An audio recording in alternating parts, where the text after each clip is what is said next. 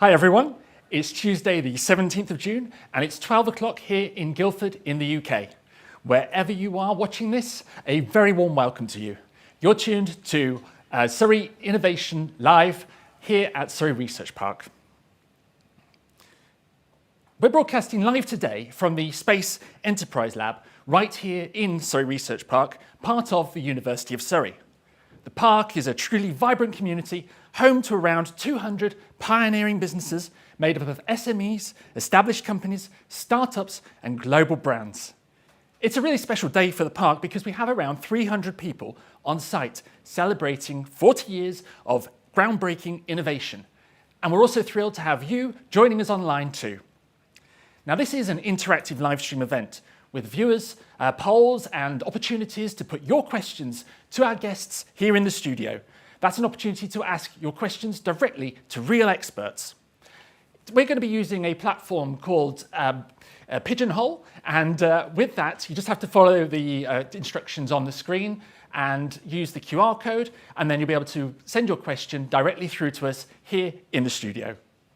Now, throughout the show, we're going to be diving into some hot topics ranging from gaming and AI, space and satellites, through to the vital importance of sustainability, health, and even medtech breakthroughs.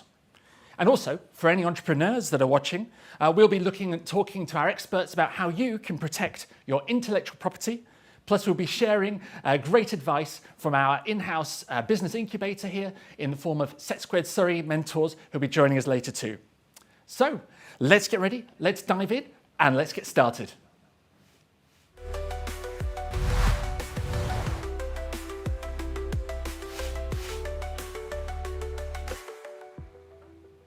Now, as we celebrate 40 years of groundbreaking innovation, we wanted to take a moment to look back at the origins of Surrey Research Park. I recently had the privilege of touring the park with one of its visionary founders, Dr. Malcolm Parry, OBE, to really understand more about what the park's incredible journey has been and also the impact it has made. Here's what he shared with me.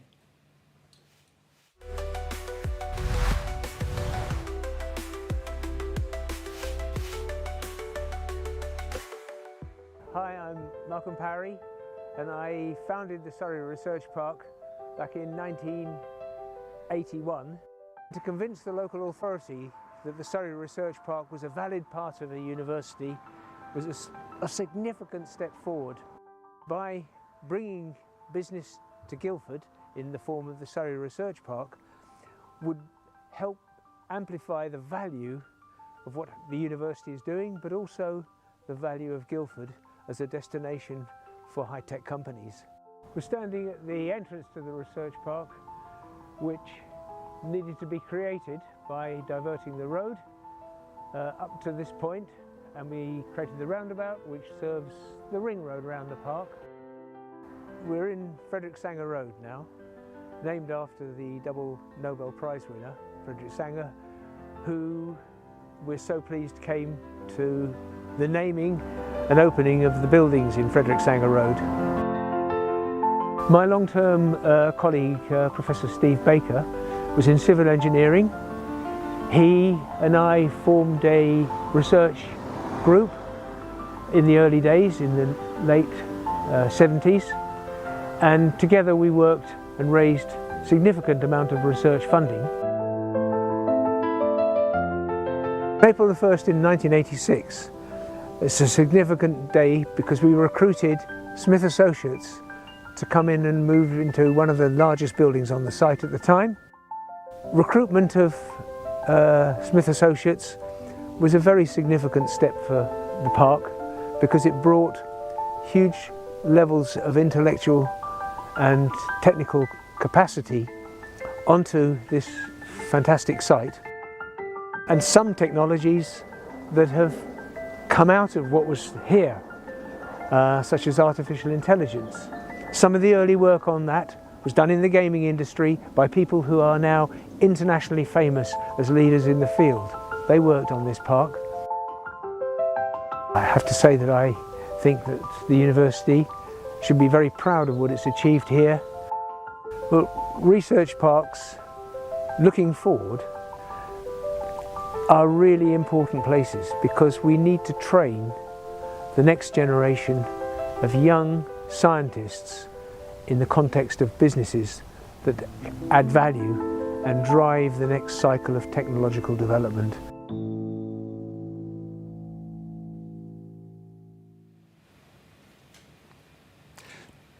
Building on the early origins of game development at the park, Guildford has risen to become regarded as the UK's Hollywood of games.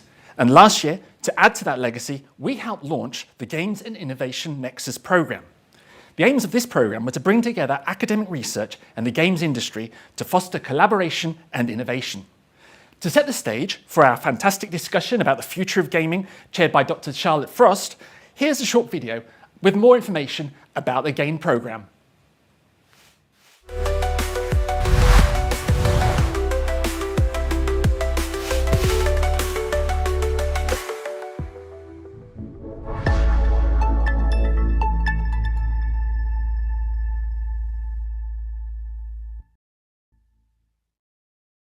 This is fun.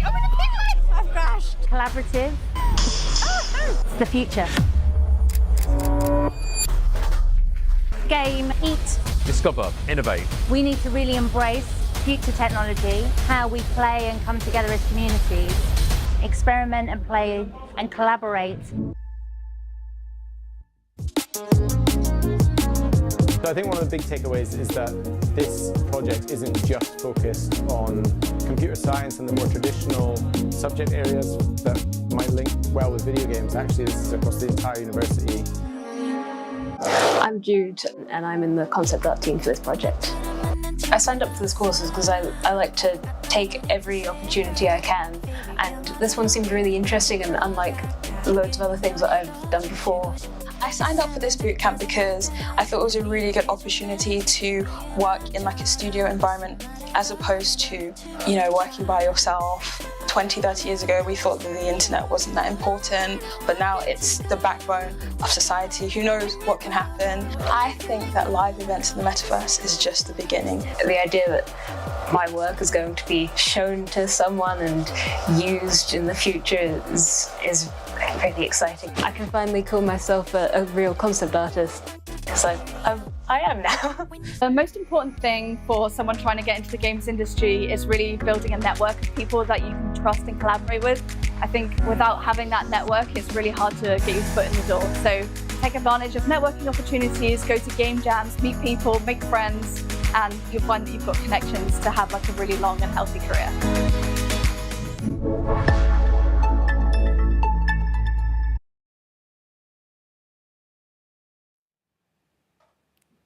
Hello, my name is Charlotte Frost and I have the honour of being the Programme Manager for the Games and Innovation Nexus, and I'm equally honoured to be joined today by Alyx, Neil and Tanguy, who are all strong figures in the local Guildford Games cluster and people that we get to collaborate with really regularly. So I'd like to launch into a conversation with everybody now, and to kick off, if I can just ask everyone to introduce themselves and a little bit about your own background in the games industry, starting with Alyx. Of course. My name's Alyx Jones and I'm the founder of SilverScript Games, but I've been in the industry about 7 or 8 years, and primarily as a dialogue editor and engineer in audio for games. So I've worked on titles like Elden Ring and Final Fantasy, super cool stuff. But I studied in Guildford, so I'm based in this area, so I have a lot of kind of love and passion for the local industry and community. As we all do. Neil.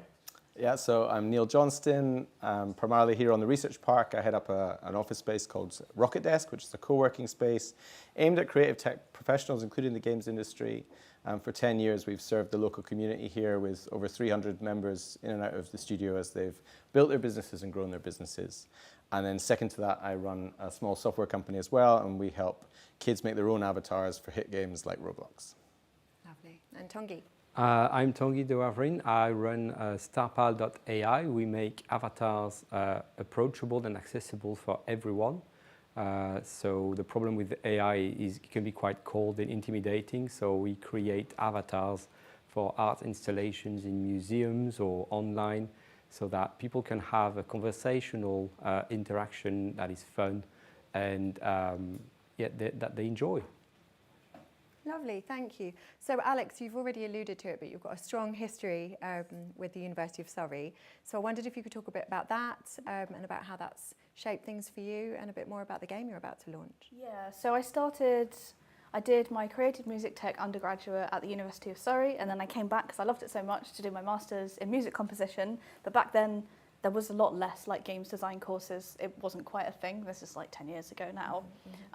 But when I was there in my first year, I kind of discovered that I was sat amongst all these games companies in the games industry. And I think it was at Rocket Desk, I did my first game jam. And then you're already like in this community and building games together and realizing actually this is the career that I want. And so although I was originally like music was the thing for me, when I started making games with other people, I realized how much I loved that and what I really wanted. And so I networked a lot around Guildford and London and kind of discovered my love for making games. And then for my master's project at uni, I made like a prototype for the game that we're making now. And this was 10 years ago, so it's still nearly finished, but it started here in Guildford. Amazing. And tell us a bit more about the game that you're working on. It's autobiographical, so it's really important and central to your life story. Yeah, The Quiet Things it's my autobiography, and it's based on diary entries that I kept when I was a teenager, and it deals with themes around childhood abuse and domestic violence. But these are really common things in society that a lot of people struggle with, and especially the mental health impact that it has on people, like growing up. And so we wanted to make a game about that. One, so I could tell my story and have my voice heard, and also represent a lot of people who may be silenced in society about these things, but also to kind of open conversations more around mental health and those experiences, because video games, as you know, are a wonderful medium that tons of people engage with now, and especially young people probably play games more than they watch film and TV. I know I do. So that's the perfect place for us to be able to tell a sensitive story where you can walk in someone's shoes and see something through their eyes and get an experience and deepen your empathy and understanding of those kind of experiences. So that's what the game's about. Yeah. And there's some things to come back to there, but I'm going to hop on to Neil. So that was a really nice segue. So I wondered if you could expand a bit more about the history of Rocket Desk and what you can offer. Yeah, so Rocket Desk it was great to see Malcolm at the start show up, and he was such a visionary for the park, and we developed a really great support network with him. He really pioneered the first steps that Rocket Desk took and really supported us and equipped us to get started. My co-founder, a guy called Ben Ward, we were both working together on a project. I equally started in music, and I was doing some music for his game. And we were just looking to get out of our bedrooms. And this is a time when WeWork was kicking off, and there was a whole bunch of co-working activity. And there was nothing in this great town for the games industry, even though it had such a rich legacy. So we were really delighted to, given that Peter Molyneux started Bullfrog here on the park, we were really excited to have Rocket Desk based on the park and get started there. And having watched that growth happen, we're now seeing as well that actually it is going more the direction of digital creatives. It's kind of expanding a little bit beyond games, as we also see games kind of traverse into all aspects of life, like you're talking about with some of the AI stuff. So yeah, we're really excited for the future of what that looks like. And this community project, Rocket Desk, is still going, and it's quite nice that it's like a side project, a community love. And what we're seeing is we're equipping the people who can't afford massive studios to get out of their bedrooms and enjoy a professional environment that's distraction-free. And even people who are working from home, finding it a nice place to meet friends, meet with other people, but also get down and do your best work. And there's lots of opportunity to network and collaborate and learn from other people's experience as well, because you have your own software company and you have your collaboration with Roblox at the moment. So do you want to talk about that? Yeah, sure. So our product is called Sketchforce, and Sketchforce is a virtual reality software that enables people to basically sketch avatar items in 3D models. And 3D models are a really complex requirement, and AI is going to handle a bunch of that in the future. And right now you have to go and get a degree to know how to 3D model, and we're trying to sort of make it as easy as possible, but also capture the fun elements of art and design. The joy of sketching, and enable the output to be 3D models, and then using them wherever we can possibly find a purpose. Right now it's Roblox, and in the coming years it'll change and hopefully equip more metaverse spaces or whatever you want to call them for people to make their own content. And I think that's really vital in a world that's going more immersive, and we're seeing almost all the major companies working on complex requirements for headsets, it's really important that you should be able to share 3D models to your friends and whoever else that you're trying to show something in the same way that you would in a notebook. So that's what Sketchforce is all about. Exciting. And Tanguy, you've got lots of projects on at the moment, lots of collaborations, many of them with the University of Surrey, and also our partners in the Games and Innovation Nexus, the University for the Creative Arts. So would you like to tell us a bit about those projects? Yes, so actually, you're right, there's quite a lot of them that we've been doing in the last couple of years. So the first one was an installation at the Jane Austen Museum. We recreated Elizabeth Bennet from Pride and Prejudice as a 3D avatar you can chat with. So the visitors had a lot of fun chatting with her, and in fact I've had friends contacted me out of the blue saying, oh, we've chatted with your avatar, my wife is a fan of Jane Austen, she loved it. And so basically the idea of taking an avatar, taking a fictional character out of a book to create a person you can chat with is something that's really exciting. So the second, that was with the University of Creative Arts. Then I did another collaboration with the University of Surrey to teach AI to act out emotions, which is a really interesting project that we call the EVA project, so emotional virtual avatars. So basically we're doing motion capture of actors, and we tell them play that scene with passion and then play that scene again with anger, and then we feed that to the AI, and then the AI will act out. Now, you know, you do 50% anger, 50% passion, and go. And so we basically, the problem with AI is they're not very good at emotion. So we are teaching them to understand human emotion a little bit more, to be more empathic. Mm-hmm. The last project was a tour guide for the Surrey Research Park anniversary, actually. So you can, if you go around the park, you can scan little QR codes and posters all over the research park, and you have a tour guide aptly named Malcolm who will come around. It's a little stag who will come around and teach you about the history of the park. Yeah, so I think that's about it. Yeah. It's a really fabulous app as well. I got to explore that early on in the process. You also recently won some significant funding from Innovate UK. Yes, Innovate UK. Yes, it is. You're right. Thank you for reminding me. Yeah. It is a collaboration with the University of Surrey. So what we're doing is we're installing our avatars on coaches, so on a little iPad that's by the door. So people walk in the coach and the avatar goes, "Can I help you?"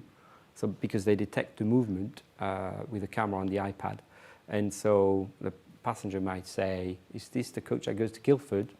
And the avatar then goes, "Yes, hop in." "How long does it take?" "Oh, 10 minutes. So it's basically for people with disabilities in particular, so that they have, you know, their mobility is improved, and, you know, people who are hard of hearing or people who, you know, are short-sighted. It's really easy to use because there's no text to read, no button to push. It's just using your voice. It's the simplest possible user interface for AI. And it's been a really interesting opportunity for us as a university to explore how we can expand the different ways that you can share all of your products and all of your different ways of working with different industries. Yeah, so the amazing thing about this particular collaboration is that I'm using the resources that we don't have in the game studio. So in this case, University of Surrey are providing experts in the field of psychology to run interviews and surveys with the users and the coach drivers to understand the need and to make sure that, you know, we build the best possible experience for the coach drivers as well as for the users, for the people who use the rail replacement services. So that's something that's incredible because there's so much talent on the campus of the university and at the research park that, you know, we don't really have inside a small indie game studio. So it's amazing to be able to tap into all these different talents from any industry, really. Yeah, and we're neighbours, and I mean, the whole point with the Games and Innovation Nexus project was, you know, there's all this amazing work happening, there's these incredible talent all across the local games cluster, and the university's right here, and how can we flow those resources and you know, and support everything that everyone's doing. Alyx, I wondered if you wanted to talk a bit about the collaborations around your game, because you've been working both with UCA and with the University of Surrey, and I think that's helped you move some things forwards as well, hasn't it? Yeah, I think I was always frustrated when I was a student, first off, that we weren't collaborating with the industry more, and now I'm in the industry, I was frustrated that we're not like looking back and to our education. Yeah. And there's, like you say, there's so many talented people. Just because we're in slightly different fields doesn't mean we can't all work together. Yeah, absolutely. So I have two different projects. The first one is with the University of Surrey, looking at the use of content warnings in video games. So I mentioned briefly that we touched on things like childhood abuse and domestic violence in the game. And so they're very challenging, sensitive topics. And it's important that players are able to make informed choices about the content they want in their games, to be able to step away or just to know what's coming. And the things we're looking at is how we can best use it. So can we have more interactive content warnings in games and have maybe toggles for specific areas, or maybe people don't want content warnings because it, like, for some people it might ruin the experience or they get spoilers in the story. So we've been doing playtesting at the little game hub, and we did one the other week, and then we've got another one next week, and so we're working with people there just to see their experience of the narrative and how content warnings help or hinder that. And the second thing we did was motion capture at the UCA. So we worked with students there and staff as well as our own director, and did motion capture, which we wouldn't have been able to do. Like you say, as an indie company, you don't have that many resources or access to these things. And it's an incredibly valuable experience. For me, I've never done motion capture, and for the students who've never worked with a game studio on motion capture, all of that was really, really valuable. So there's such like rich experiences coming out of these things. Yeah, yeah. It's such an opportunity to kind of open doors and find out all of the different activities that are happening, and then with companies like Rocket Desk, you know, that we can support and then hopefully help games companies go forwards, you know, work with the support that you have. It would be wrong to kind of be talking about the games industry right now without acknowledging that it's a difficult time, that there's a reset happening across the industry. There's a lot of discussion about that, and I want to stay on the positive side of things. So I wondered, I might start with you, Tanguy, and come back in this direction, but what's exciting for you about the future of the games industry? Yeah, so it's difficult times, as you said, but at the same time, I mean, if I look at what AI is offering, every day there's a new tool to help you make better games faster.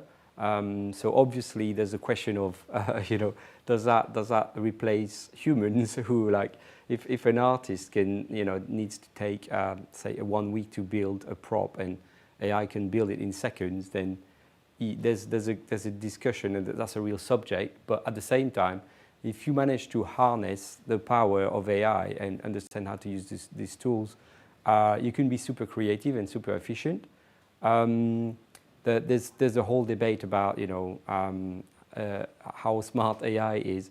I think the good thing is that you always need the human to have an intention, because the AI doesn't care about, you know, doesn't have an intention to do anything. So it's all about having the vision and the drive and, you know, the will to make something and be creative about it. And then I'm quite optimistic about the future of the games industry, because I've worked in the games industry for 3 decades, and I met so many incredible people, and I'm confident that, you know, especially in the Guildford area, there's so much talent. I'm quite confident for the future that it will, as I said, it's a reset. But I see it as a revolution, really. Like the Industrial Revolution happened, you know, like a century ago. Now it looks like it's a new type of revolution where we have to reinvent ourselves. Nice. Neil, what are you excited about? Yeah, I think similar. You know, what we're going to see now is smaller teams being able to pull off what AAA studios have been doing, and that sort of they've gate kept that sort of super quality games amongst themselves. You know, and what we're seeing, you know, you obviously get breakthrough indies that somehow manage to have tremendous success, but I think we're going to see more opportunity for smaller teams to compete at an even level with some of these larger studios. And for once, isn't that quite nice that it's the larger guys you're saying, look out, you know? Yeah. This whole army of indies ready to harness AI and use it to our benefit, hopefully, and not get replaced. Tanguy. Absolutely. Alyx? Yeah, I have similar feelings. Like, if people don't know, there's been loads and loads of layoffs in the games industry, but a similar thing happened when Lionhead shut. It spawned a lot more studios, and that happened literally here. And so that's probably happening on a bigger scale across the country and across the world. But it's pretty much that. It's a revolution. Like, it's an indie revolution where more smaller teams, whether it's through AI or just the accessibility of game engines in general, like most people, as long as they can get to a computer, you can pretty much make a game, whether it's in Scratch or Unreal or Unity. And so many more people are actually able to make something that they want to make, and they're not only driven by profits, they're driven by creativity and wanting to do cool things. So I'm here for the revolution. Just to add to that as well, like when Lionhead shut, what you find is that small teams within Lionhead that had ambition, that wanted to go out on their own as indies, suddenly had the courage to do so. And we had a few of them at Rocket Desk, and that was a really exciting time, and some of them have gone on to have tremendous success across Guildford. So I agree, totally. And we've had a question just come in on the live questioning app about the role of immersive. How do you feel about immersive? Where's that going? Tanguy, thoughts? Yeah, so immersive, well, actually, our first virtual world that we built was in augmented reality, in virtual reality on the original, what was called Morpheus at the time, which became then PlayStation VR. So I'm a big believer of immersive technologies, and Ready Player One is is my cult book. So it's, for me, it's the vision of what I want to create ultimately. There seems to be a very slow adoption because people can't really afford to have a room dedicated to VR or the headset, and it's socially not really acceptable yet to be like isolated from everyone.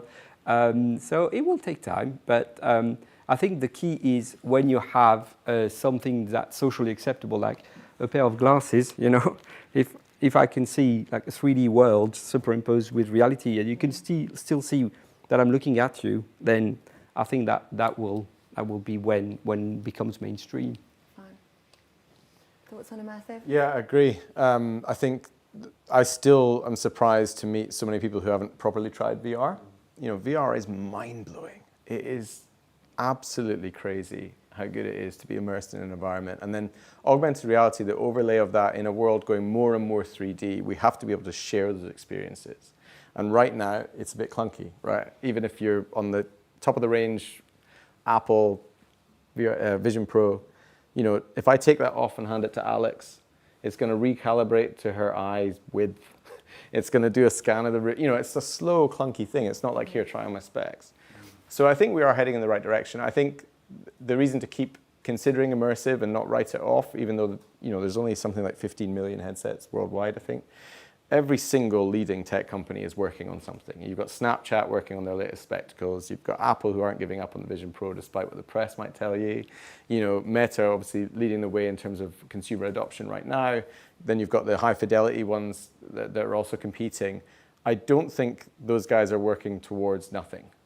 So I think it is likely we'll still keep getting opportunity to explore immersive, but the clunkiness of the headsets and stuff like that is a real barrier. Yeah. Alyx? Yeah, it's not exactly about immersive, but I feel like there's the console wars, and then there's kind of the VR separate, and I think it's all just going to merge at one point, and it's not going to be like whether you're playing on your phone or your glasses or your PS4, it's like it's just a screen that you have, right? So it just becomes part of our life, and it perhaps doesn't even be the games industry anymore. It's just like entertainment media all gets like blended into one cooking pot. It's exciting. We're living in exciting times. Are there any things that you wanted to check in with each other about? Any questions you had across each other's projects at this time? Any ideas for collaborations? I'm starting to wonder myself at how we can start to make additional connections across this group. Yes, I was sort of talking to you earlier. For me, the collaboration would be the idea of interoperability, so you can have games talk to each other. So, if you can have like lots of indie studios, and if you have an avatar that you create in a game, then you can you go into Roblox, and your avatar will still look the same, and you've bought a shirt in Fortnite, and you can wear that shirt in Roblox because it's you. It's not it's not anyone else. It's your own persona that You can sort of design, so you can look how you want in online. So for me, it's like the holy grail of of game development. When we reach that point, I'll be really happy. So I'm always happy to collaborate with talented people around Guildford. Yeah, interoperability is a huge factor. Like it's ultimately very difficult right now. We're pioneering with this Roblox piece. We can export in some capacity to Fortnite, but they don't have the same marketplace potential. They don't have the same avatar setup. Their poly count's way higher than the poly count in Roblox. So to try and actually find something that's interoperable is still a huge chunk that's missing in terms of the tech. But maybe AI will facilitate that gap. But yeah, I'm all here for the avatar collaborations. Yeah, and being able to keep connecting and voicing those sticking points and those problem areas is another way that we can keep looping all of those connections back to the university and see how we can support everybody's work and build this exciting indie revolution of the future in the local sector. I wanted to thank you all. I think we're done on questions on the live feed. And I think that it's been a wonderful session to have you guys all here this morning. Thanks so much for joining us. Do, if you get the opportunity, come over to the Research Park and have a go with the AR Tour app and meet Malcolm the Stag and collect the keys of knowledge around Research Park. Thanks very much.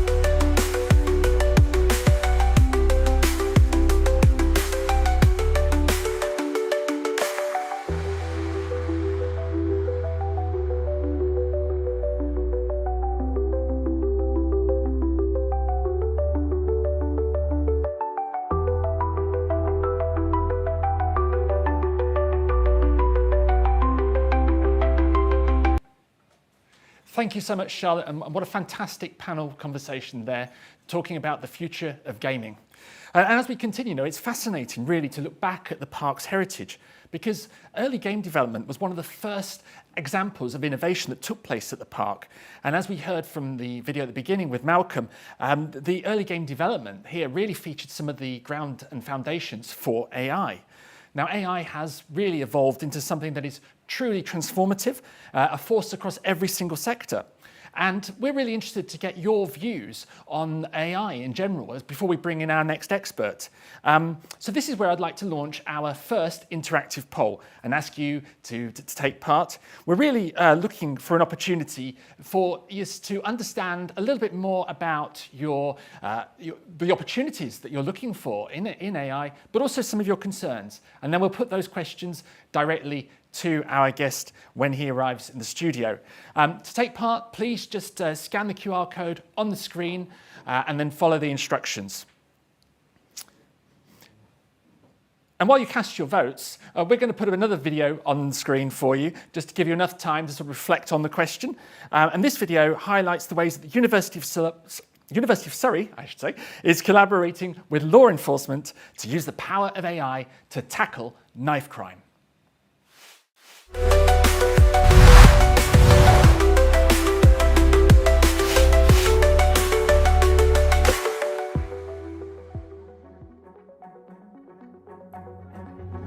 We've been contacted by Metropolitan Police last year, and they said, well, we've heard about your work in visual recognition, and the problem we have is that there are so many knives on the streets in the UK. We really need to understand what kind of knives we are collecting and how they are being distributed. So they said, could you work with us to develop AI to do that task? Again, what is required is a very robust algorithm that detects the minute differences between different knives. So with our technology, this can be done effortlessly. A police officer can take a photograph of a knife he encountered, can submit it to our system, and within a few seconds, it gets a reference. So who is the manufacturer, who is distributing in the UK, what are the type of crimes that are linked to this knife. So if you have an early warning, if you have this kind of intelligence, you can take steps very much more effectively. If you can take this algorithm and help police or NHS get better outcomes, that's really very stimulating. It's the work that you can see impacting real lives. And that's really the legacy that you leave.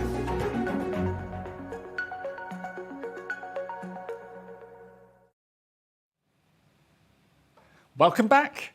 You can still keep casting your votes in our AI poll, and we'll be discussing those very shortly. But first, I want to welcome our next expert. We're incredibly privileged to have with us Dr. Andrew Rogoyski, Innovation Director for the University of Surrey's Institute for People-Centered AI.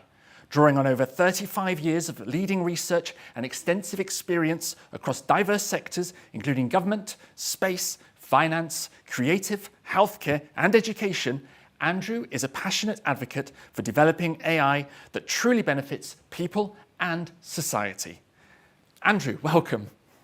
Thank you, Ben. Let's dive straight into our first question. I want to start with the topic of generative AI. It seems that Gen AI is everywhere these days. And we've even got celebrities like Elton John, who's got in on the act and is saying that he's very angry over plans around copyright rules. But as the director of the Institute for People-Centered AI, how can we ensure that generative AI truly amplifies human creativity and capability rather than just simply replacing it? Especially in sectors like we heard from in the previous discussion, creative sectors, and also extending that to finance and to healthcare. Thanks. A really interesting question, and one that would take a lot longer to discuss than we've got. I think one of the founding principles of the AI Institute was to be people-centered, to really focus on the benefit that AI can bring to us as human beings, rather than necessarily pursue the technology for its own sake. And that's what I would say in terms of business, in terms of thinking.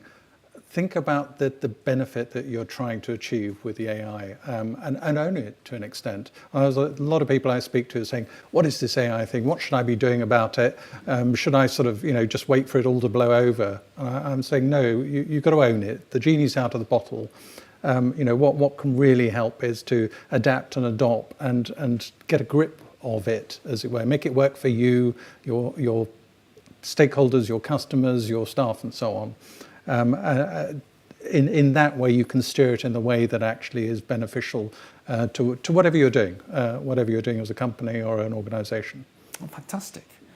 And applying this specifically to industry, what would you say AI best practices look like? Just thinking of some more tangible examples that we might be able to share with our audience, particularly around for any innovators and how might they actually embed these practices into their day-to-day operations? So again, I have this list of, I think, sort of 15, 20 questions that I ask businesses when they're talking about adopting AI, but actually boiling it down to, again, it's about people. It's about your customers first and foremost. So think about the data that you possess on them that you're wanting to use in AI. You're trying to perhaps profile them. You're perhaps trying to improve the products, services you're providing. So think about how you can please your customer with that. It's not just about automation or replacing. It's about actually improving their experience. Think about the privacy, the security concern of the data that they would have. And with that kind of mindset, that really helps. So that's customers. The second one is, of course, your staff. A lot of people are very concerned that AI is going to put them out of a job. So think about the narrative that you're telling them, that you're actually going to improve their jobs, and make sure that you're actually doing that, not just thinking, how can I use an AI to replace someone?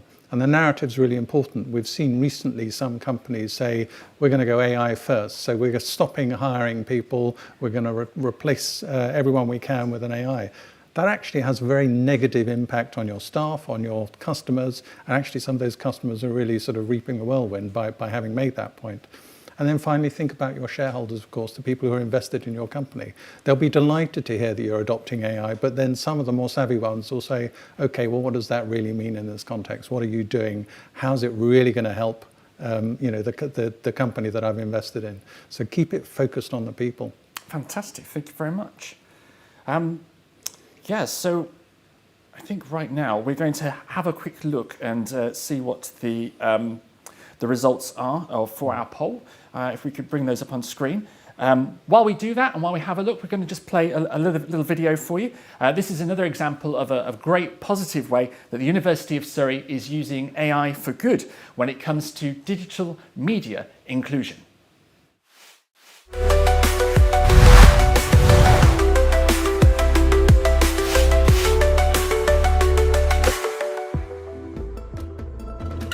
For too long, media has been one size fits all. The dream is to really make media properly inclusive for all audiences.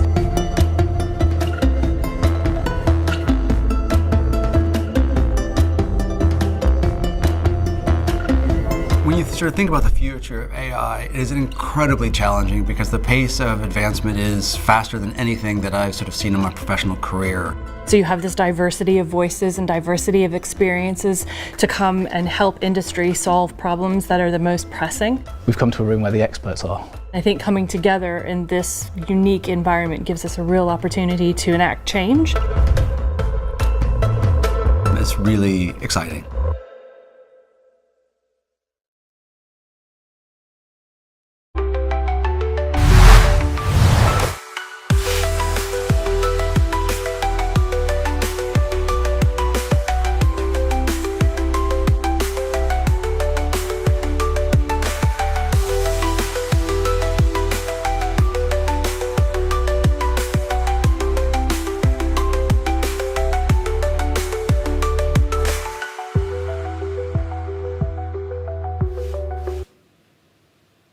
And we're back with Andrew Rogoyski, Innovation Director of the University of Surrey's Institute for People-Centred AI. Andrew, let's have a look at those poll results. So what we can see is that our viewers are most excited about the advantages of boosting productivity that's going to come from AI, while their main concern is around the lack of regulation. What are your thoughts on this? I'm not entirely surprised that those are the things that people are engaged with. I think boost of productivity is an obvious one, but I think it's subtler than that. You really have to work out how that productivity is going to play in your particular organisation. So what does that really mean, and how's that going to do? It's not just about cutting costs. It's about actually providing better services. It's about being more creative. It's about making your staff enjoy their job more and be more productive that way, is kind of our ethos. In terms of the upsides, what people are most excited about. Yeah, boosting productivity. And the downside of regulation. Yeah. So regulation is, we've just seen the government push through a bill on data copyright that received a lot of political interest and a lot of creatives' interest. I think we'll see those kind of battles continue. As AI beds into people's businesses, the economy as a whole, I think it's going to impact jobs, it's going to impact education and a whole sphere of other things. And people will say, okay, we need different kinds of regulations. Some of the existing frameworks are no longer adequate. We've seen Europe come up with the AI Act, which is much stronger. We've seen America at the moment that seems to be going Wild West on AI regulation, saying all bets are off, you can do what you like. And so some middle way, I think, is something that the UK needs to work on. But we need to protect and help our creative industries, for example, and our technical industries really boost the economy.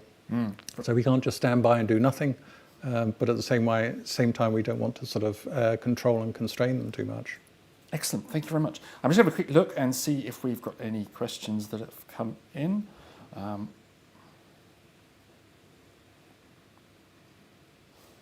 Here we go, here's one. So, a question that's come in here is, how does government effectively regulate new technologies like AI, where the pace of development is beyond what legislation can keep up with? That's a challenge, I'm afraid, that goes back decades, if not centuries. Regulators are always behind the technologies. It's almost by definition. We're dreaming up new ideas long before the legislators can get control of it. Many the art of good legislation is writing something that is flexible, that is adaptable, and actually anticipates some of these things. It's a mistake to try and constrain legislation to be precisely about the technology, because the technology will change, and so it needs to have a certain amount of flex and give in it. I think there are areas which undoubtedly need updating, whether you're talking about copyright or whether you're talking about use of data and so on in the coming months and years. I think what's really hard is the pace of development that's currently happening, and certainly the legislators will struggle to keep up with that. So it's down to us as individuals to make sure that we adopt the right sort of ethics and ethos of how we adopt AI in our own organisations with our own people. And actually, speaking of adopting it within our own organisations, one of the questions that's come in here relates to big tech's approach to AI. They're saying AI now writes 30% of their code while also cuts large amounts of staff. Does that make convincing employees to use it more difficult? So how can we convince employees that there are positives to AI, and how can businesses perhaps overcome some of those challenges? I think you mentioned it a little bit before, but clearly it'd be great to sort of just remind those pieces. That's really at the cusp of where we're at the moment. I mean, there's undoubtedly great change and great productivity boosts potentially, but we haven't quite worked it through. There's a danger that companies take the AI dividend now and start saying, well, actually, we can do without this percentage of the workforce. And then in a year or two's time, they realize that actually the AI written code that they were asking their machines to write is a bit fragile. And that they no longer have the human expertise to put it right. And actually they find the job market has changed and they can't get the human expertise. So we're potentially storing up problems there. I would concentrate on making sure that your own staff are upskilled and they're adapt to these new technologies, and think about them being more productive, more creative, rather than saying, can I cut costs? Fantastic, thank you so much. And just lastly, we're here today celebrating 40 years of innovation at Surrey Research Park. But aside from some of the most commonly discussed applications for AI, what do you see as more of the surprising AI applications over the next 10, 20, 30 years? Where are we going on the AI journey? I'm a huge sci-fi fan, and this is the realm that you're into now. 20, 30 years, if you think back 20, 30 years, pre-social media and things like that, who knew what the world was going to be like today, what it's going to be like in 20, 30 years' time? I think AI offers some really interesting possibilities around healthcare, around education. I think it's going to be hugely impacted. I think we will, for the first time, see embodied AI in the form of robotics. We're just teetering on the edges of that now. So I think in 20, 30 years' time, having robots everywhere we work and see is going to be a thing. So I wouldn't be at all surprised about that. And actually getting to grips with some of the sort of philosophical implications of what is intelligence and what do we mean by that, how we're interacting with intelligent machines. It might be very different from what we think about now. Fantastic, thank you so much. And really appreciate you coming here and sharing your insights with everybody today. It's a pleasure.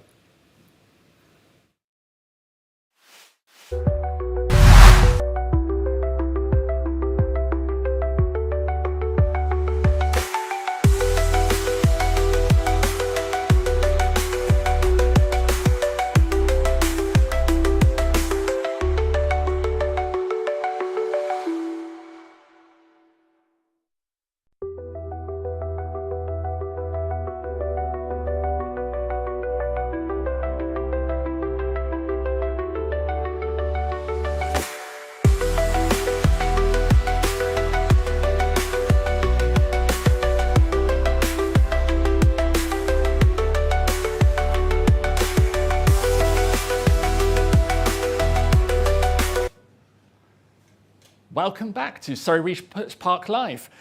If you've just joined us, very welcome, and I hope that you're enjoying all these fantastic insights that we have. Please do like the show today, and it just helps us to spread the message and encourage more people to understand the information that we're sharing, and hopefully reach as many more people. And also remember that we are actually a live and interactive show, so please do keep submitting your questions for any of our guests that come onto the show. So we're going to take a journey now from the world of cutting edge of AI. We're now going to launch into the vast expanse of space and the exciting world of space and satellites. This year, it's not only the Research Park that's celebrating its 40th anniversary, but also one of our most pioneering companies and a true anchor of Surrey Research Park is also celebrating its 40th birthday. That's Surrey Satellite Technology Limited, or SSTL. Now, that company began back in 1985 as a spin-out from the University of Surrey itself. Now, but before we actually get our next guest in here, earlier this year, we enabled 9 companies from our park community to attend Farnborough International Space Show. And during the show, we caught up with a number of them to find out more about what space truly means for them and the exciting opportunities it presents for their businesses. Here's what they had to say.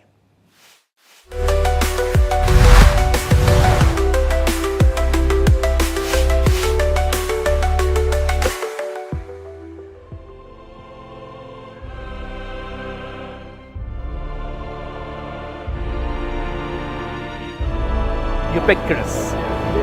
Innovation. Opportunity. Destiny. I'm Victor Guan from Mixinity Technologies. I'm Andy Weston. I'm the Commercial Director for Damia. My name is Justin Reed and I'm co-founder of Morpheus Fluid Limited. I'm Adrian Bennett. I'm a patent attorney and partner at Venner Shipley.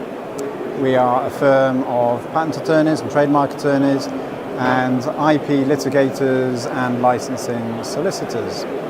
Right now we're promoting our 5G NTN solutions that can be used on the satellite and also can be used on the user terminal. So I hope that the 5G signal can go around the world and everywhere can receive the signal from Mixinity. Then we can serve everybody to have a ubiquitous communication link. We're pleased and delighted to be at the Space Show today and be surrounded by lots of innovative companies.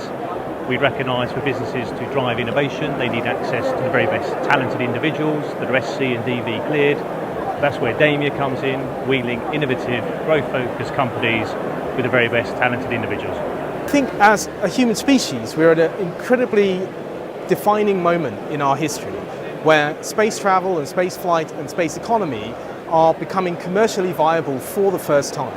This is a genuinely new frontier for us as a species, and the opportunities are going to be really exciting and endless. And I'm extremely excited for young people coming up right now and the kinds of opportunities they're going to have to work in that space sector, whether it be on building exciting new satellites for telecommunications, for Earth observation, or actually getting out there to explore the solar system, colonize the moon, think about mining asteroids. Destiny, well, it's because it is our destiny to explore space. It is what humankind has done, to leave the home and explore their environment. And looking around at the event here today, clearly that is what is in store for us, to explore space.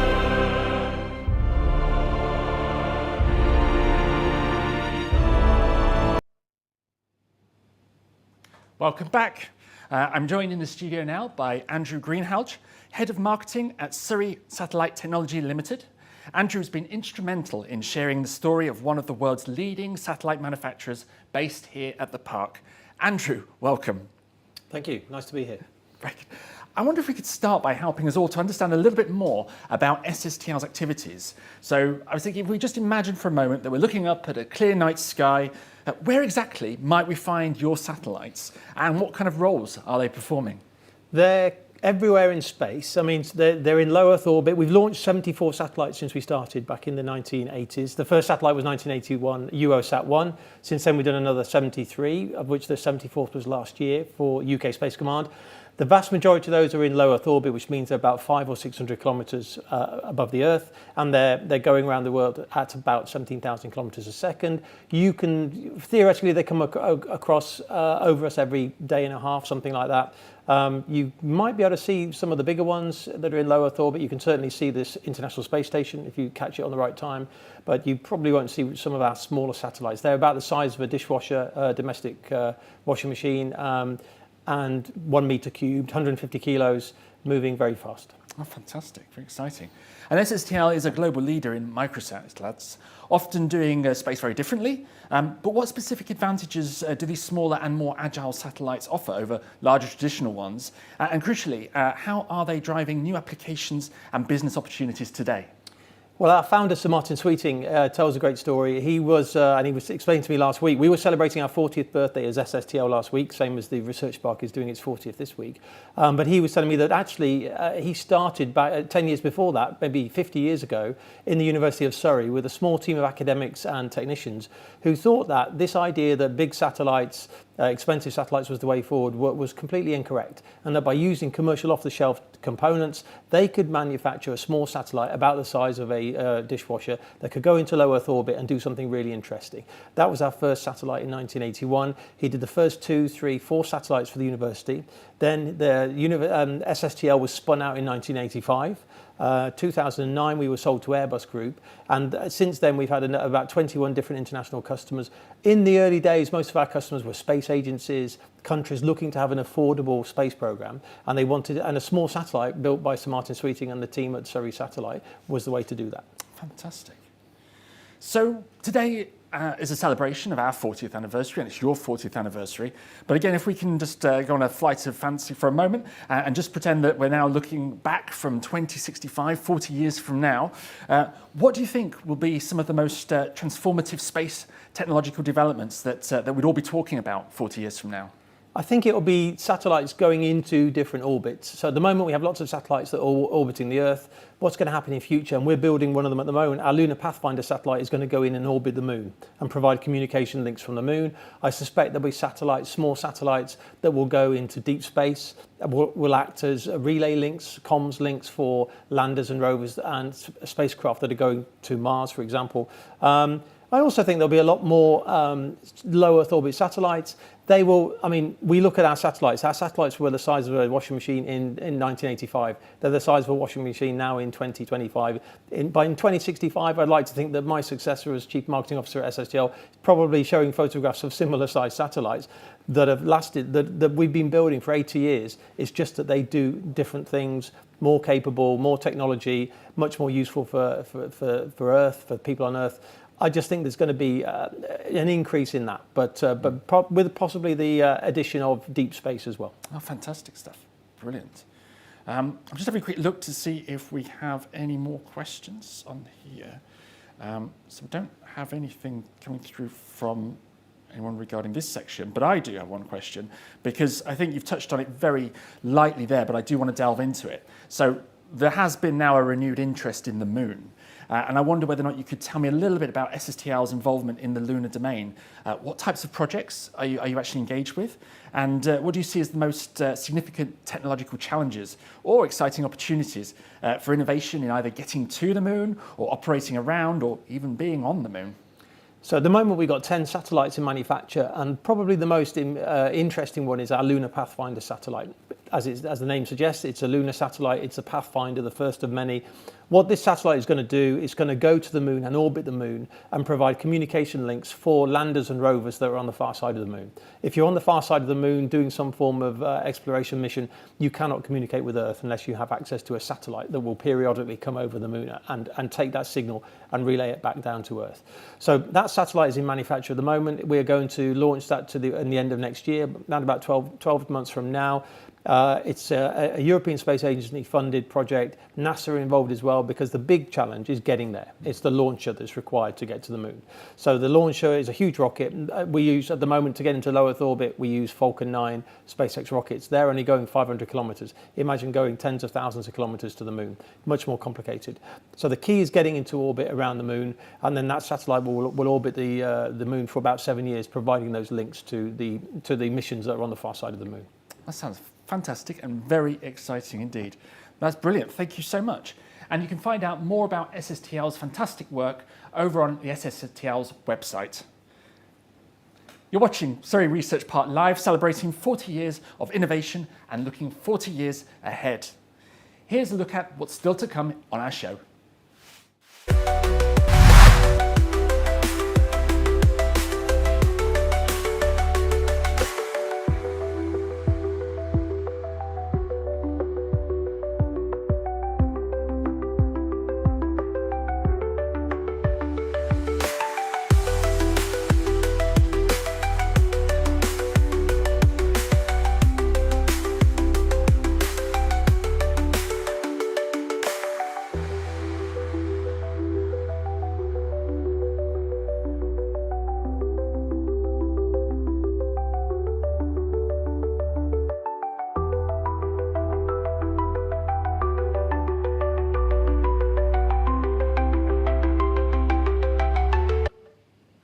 Still lots of great guests and topics to discuss. And just a reminder, if you are enjoying the show, please do hit that like button. So, from the vastness of space, we're now bringing our focus back down to Earth and to one of the more critical areas of our planet and also business, the topic of sustainability. Our next segment will delve into the critical area of sustainability and ways to support businesses to make positive impact. I'm delighted to be joined by Professor Amelia Hadfield, who is the Director of CIFAL Surrey, Co-Director of the Institute of Sustainability and Associate Vice President for External Engagement. Now, CIFAL is the University of Surrey's United Nations affiliated international training centre, and it was launched in November 2024. Amelia, thank you very much for joining us. I wonder if perhaps you could introduce a little bit more about what CIFAL is. Yes, indeed. I'll take a step back and start with UNITAR because not everybody knows what it is. So the UN Institute for Training and Research, set up in the 1960s, very much the thought leadership capacity, if you like, of the United Nations. So things like the Millennium Development Goals and now our subsequent Sustainable Development Goals, and a variety of other themes like water, biodiversity, even things like road traffic safety, for example. These all come out of UNITAR. And UNITAR embeds these ideas around the world in things like CIFAL centres, so Centre International Fonctionnaire Administration Leader, so effectively French for decision-making and leader training. So a CIFAL centre is usually housed at a university with a direct understanding that it's an international training centre, so it's going to draw on the expertise, usually the research-based expertise, but sometimes the community embeddedness of that university, to provide training on an area that it knows best. For the University of Surrey, that's sustainability, that's climate change, and we would like to reach out to local businesses, but also local government and civil action groups as well, to be able to support them as they get to grips with the very real challenges of climate change and sustainability. Very good.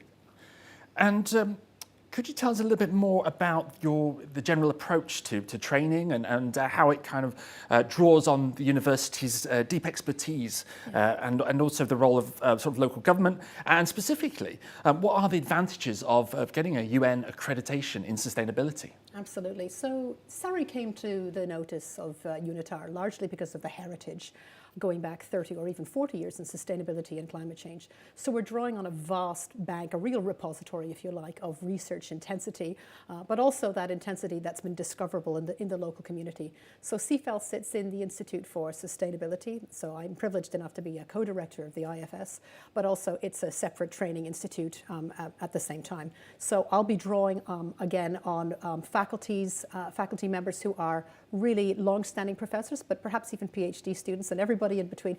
Anything that has expertise in sustainability and climate change, but also let's think about policy analysis, let's think about health, let's think about communities, and crucially, let's think about businesses. If you put that together, you have a really workable training formula, and what CIFAL does is it provides a variety of packages, half-day, one-day masterclasses, residentials, and hopefully online learning that allows government and businesses. The key point is that it's local. It sounds a bit ironic coming from UNITAR as sort of the UN arm, if you like, very global governance. It is that, but UNITAR's main philosophy, of course, is two things. One, local, and two, the awarding power of a CIFAL centre, which provides you with a UNITAR certification.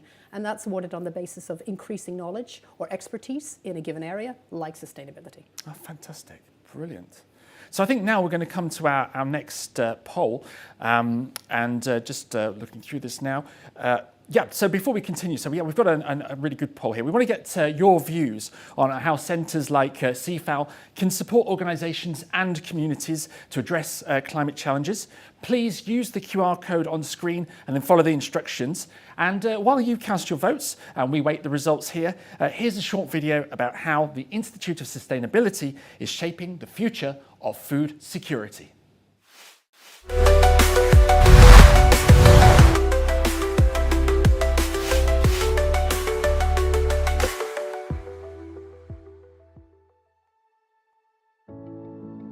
So the Committee for Climate Change estimates that we need 720,000 hectares of dedicated bioenergy crops by 2050. And we know that that won't be possible in the current time frame.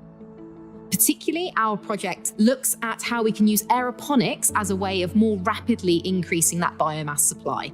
We have learned that willow and the other trees that we are testing aeroponics on, they grow twice as fast when compared to the traditional way of growing. And we think we can get that even better. It's a process that we're working on. During the project, we have realized there's this great opportunity and a lot of interest in trying out different crops and different trees, which is what we are testing now. The way forward, we feel, for our technology is to get policy support for this space, not only for biomass crops, but also for controlled environment agriculture as is. The other part of the picture is also gaining investment for this technology. Where its application is so diverse, we think there's a lot of opportunity for many industries to benefit from it. So things like research, where we understand how crops grow, looking at medicinal crops, how can we create biopharmaceuticals, things like food, and also other kinds of forestry species. So we're really excited to hopefully start some new partnerships and look where we can have real impacts on society.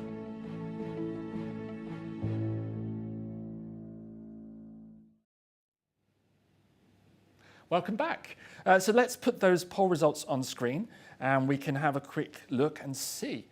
So what we have there is that delivering practical expert-led training and skills development is the #1 option there. So what are your thoughts on that, Amelia? And how does that actually align with what CIFAL Surrey offers? I think that aligns brilliantly. Not only does it assume that we have high-quality, expert-led and evidence-led research excellence here from the University of Surrey decanted into these training packages, it's practical. I don't just want people in a classroom or a training lab talking about the theory of sustainability. I don't think that's particularly helpful. Businesses in particular are facing a raft of regulatory challenges on SDG implementation, on ESG, and what they need is practical action plans that can take them to the next level. We have a high number of small and medium-sized enterprises here in Surrey that face a really confusing environment, and there are a lot of them that suffer business deaths or stagnation. So I would like to give them the practical action plan to be able to navigate past that and to demonstrate real green growth here in the county. Fantastic. And looking ahead, what are the big plans? What are the ambitions for CIFAL? Where is it going? Endless possibilities, world domination. I very much want to work with students. So there are a number of bachelors and masters where we're going to make sure that we have UNITAR accreditation so students can receive these certificates in a variety of levels and colours. I very much want to work with local government as well. I think given the devolutionary changes that we may be seeing in this county and others, it's incredibly important that our local town planners, that our district and borough and county level decision makers have the tools and the skills from CIFAL and the accreditation to go with it. And I'd like to work with civil action groups as well. Fantastic, very exciting. I'm just going to have a quick look and see if we've had any questions come in. Questions are always good. We always welcome those. Okay, so we haven't had any at this moment in time, but one of the things I'd like to also find out about is a little bit more about the role of the Sustainability Innovation Hub in your capacity. Yes, in that sense.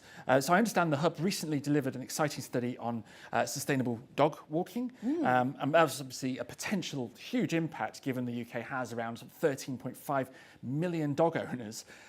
So how did this crucial research come about for the Institute, and what were some of the most surprising findings that you've discovered? I love the idea of the Innovation Hub as a portal of excellence, linking our expertise from the one side to business needs in the community on the other. So that's a key part of the Institute for Sustainability.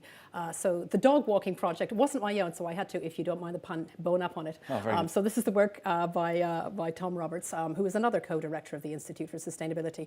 And this is work done with the national landscape, so Surrey Hills National Landscape. And it looks at dog ownership and the sort of pros and cons in terms of the behavior. So I think we might assume that dog ownership has a lot of positives in terms of dog walking and health and engagement with the natural environment. But there are also hazards as well in terms of trespass and sometimes difficulty with landowners. So this is the first serious study that's been done to look at the pros and cons and to think about ways in which we can engage in a more perhaps judicious way between dogs and people and the environment, and think about things like perhaps sensory trails and better signage. So I think the output of that is extremely helpful and very, very necessary. Brilliant. Well, it sounds very exciting indeed. Thank you so much. And if people want to find out more information about CIFAL and the Institute of Sustainability, you can do so over on the University of Surrey website. Now we're going to be pivoting to another critical area where the park community is making a significant impact, the fight against cancer. Surrey Research Park is spearheading a bold initiative called Cancerbusters, driving collaboration between experts at the park, university and health professionals, all in the name of tackling cancer. To understand more about this initiative, here's a short promo video, and if you're enjoying this show, please do remember to hit that like button and share. We'll see you very soon.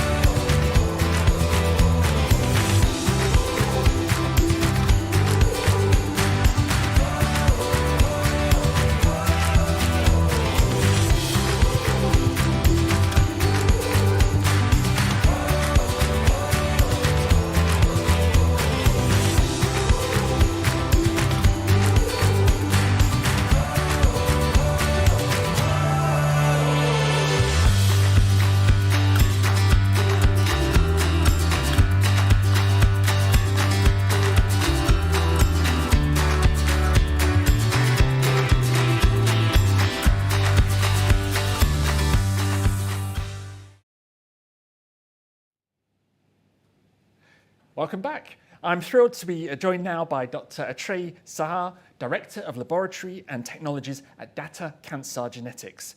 Datar Cancer Genetics is a leading molecular oncology company pioneering innovative, non-invasive solutions for early cancer detection, therapy, guidance, and monitoring.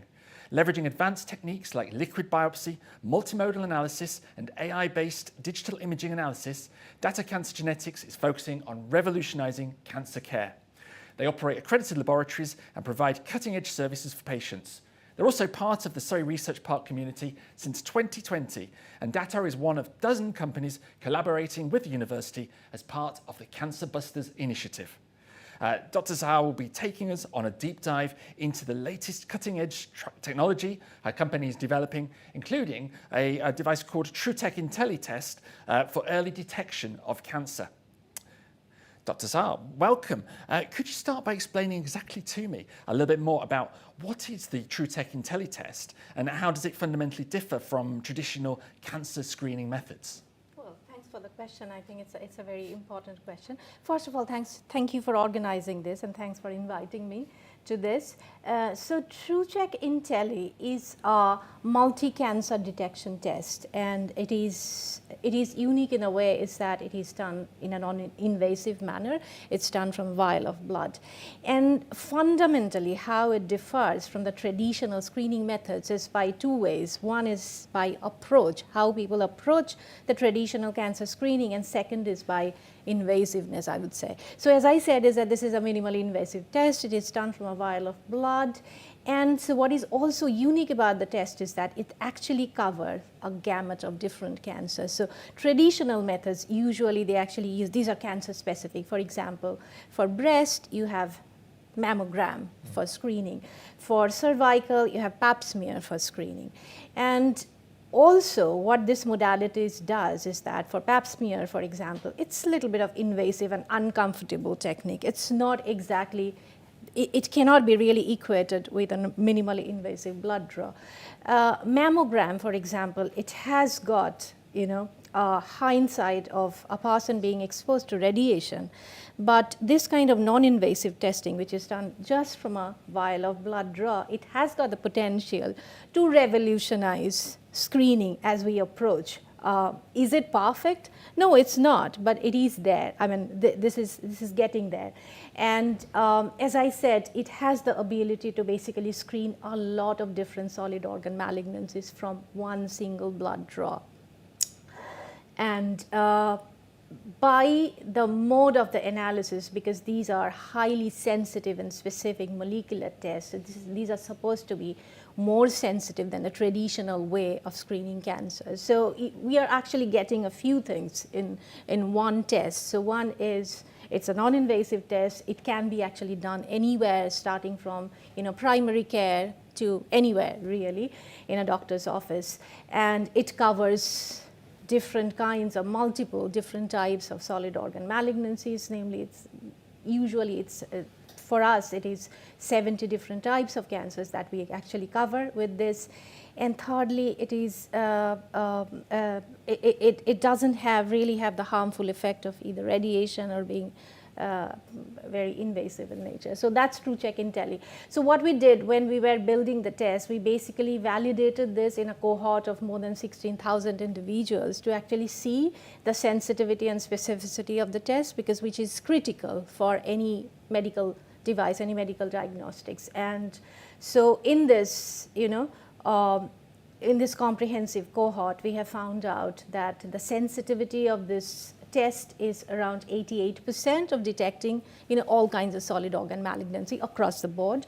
And the specificity is quite high. It is around 97%, slightly less than that. It is around 97%, which is what we really want from our screening test. We do not want to detect false positives in the screening test. So yes, that's TrueCheck IntelLi in a nutshell. And analyte-wise, we actually use circulating tumor cells, and it has been actually shown and evidence that the tumors basically shed the cells into blood circulation. So we do have a proprietary technology to basically, eliminate something that we don't want to assess, eliminate the non-malignant cells in the blood. So that's the propriety of the technology, so that we can actually enhance the detection of circulating tumor cell, even if it's just really teeny tiny in number. Wow, that does sound really like cutting-edge technology, and I think it will make a huge difference to a lot of people's lives, definitely. Now, cancer, your company, Datar Cancer Genetics, employs multi-platform tests like Exacta. What are the foundational technological advancements that underpin that test, and how do they collectively address the challenges patients and clinicians often face in cancer care today? Yeah, that's a really good question. So yeah, one end of the spectrum of our testing menu is healthy asymptomatic screening. But when cancer actually happens, it is diagnosed. It is even more complex scenario for the clinicians, for the patients, for carers, for family, for healthcare system, you name it. And Exacta test, as you mentioned, so this is really a multi-analyte and multimodal testing. So it basically combines different kinds of technology. And let me tell you what it combines. So first of all, it has got a huge, quite a huge menu of genetic testing. So that means we deploy a technology called next generation sequencing to assess DNA and RNA in a very comprehensive way, to an extent that we basically type different kinds of DNA and RNA variants in order to find the most optimal targeted therapy, in order to find the most optimal hormone therapy or immunotherapy for the patient. It also does the protein expression monitoring on the circulating tumor cells, because we do have a proprietary circulating tumor cell enrichment technology. So we do monitor the expression of some antigenic markers on the circulating tumor cell surface. And what this means is that some of the drugs that may not have been really covered with the huge genomic analysis with NGS, so we have the possibility to cover the additional drugs with those testing. It also integrates functional assays such as in vitro drug sensitivity testing. And what this means is that with this, again, with this vial of blood, everything is from vial of blood. Sorry, I may have actually forgot to mention, these are all non-invasive liquid biopsy tests. So this means is that from a vial of blood, we have the capability to basically assess the sensitivity of the chemotherapy drugs from the patient's cancer cells harvested from the blood. And this really means is that before administering the cytotoxic therapy, the clinician has got an option to see how the drug is functionally working or not. on those cells. So this has huge advantage. To me, this is a leap forward for that. So that's your functional assay. It has got the embedded pharmacogenetic analysis as well.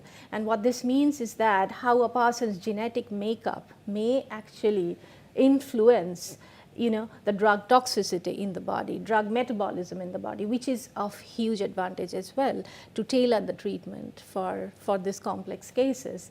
So what Exacta does is that it does all this multi-analyte testing, and with the help of the AI algorithm, with the help of our own analysis, it integrates everything, it interprets the result, and it actually provides the whole menu of, whole possibility of different kinds of therapies that actually can be provided, which is a huge advantage for patients of rare cancer, for example, for the patients who turned treatment refractory, who turned metastatic. That means is that less trial and error. The clinicians are getting really the possibilities of treatment and the combination treatment at the very outset, and that means it's really providing the patient the best care, less adverse effect, and better quality of life, better survivors. Brilliant. And you mentioned there the minimal residual disease testing and how it's a rapidly evolving field. What makes Datar's approach to MRD testing unique or innovative compared to, say, other methods that are currently available or in development? Yeah, absolutely. So minimal residual disease testing, or sometimes it's referred as molecular residual disease testing. And so we basically combine two approaches to that. So one is tumor-informed approach. That means is that can we actually understand what variance in the patient's tumor is driving the cancer. And what we'll do is that we'll form a test, a bespoke test for the patient using those variants. So that means doing the test, doing this monitoring test in a far more sensitive and specific manner, really to detect the evidence of molecular recurrence or molecular presence of molecular disease in the body. It's as sensitive way as possible. Then we also actually add a tumor agnostic approach. That means it's a very broad sort of testing to find out how the tumor is evolving as the treatment goes, as the cancer progresses, how the treatment is evolving in a molecular way. So it basically combines this tumor-informed as well as tumor agnostic approach, and I believe it actually mends the very critical gap of making it making the MRD testing as robust as possible as well as comprehensive as possible.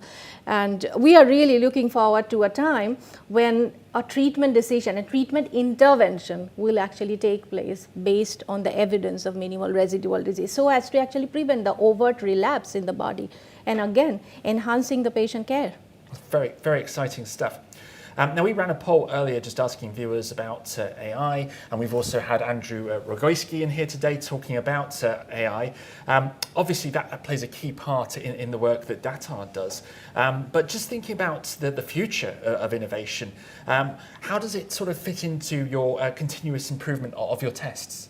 Yeah, no, absolutely. We have to, if you are in the healthcare, we have to actually implement AI in different ways.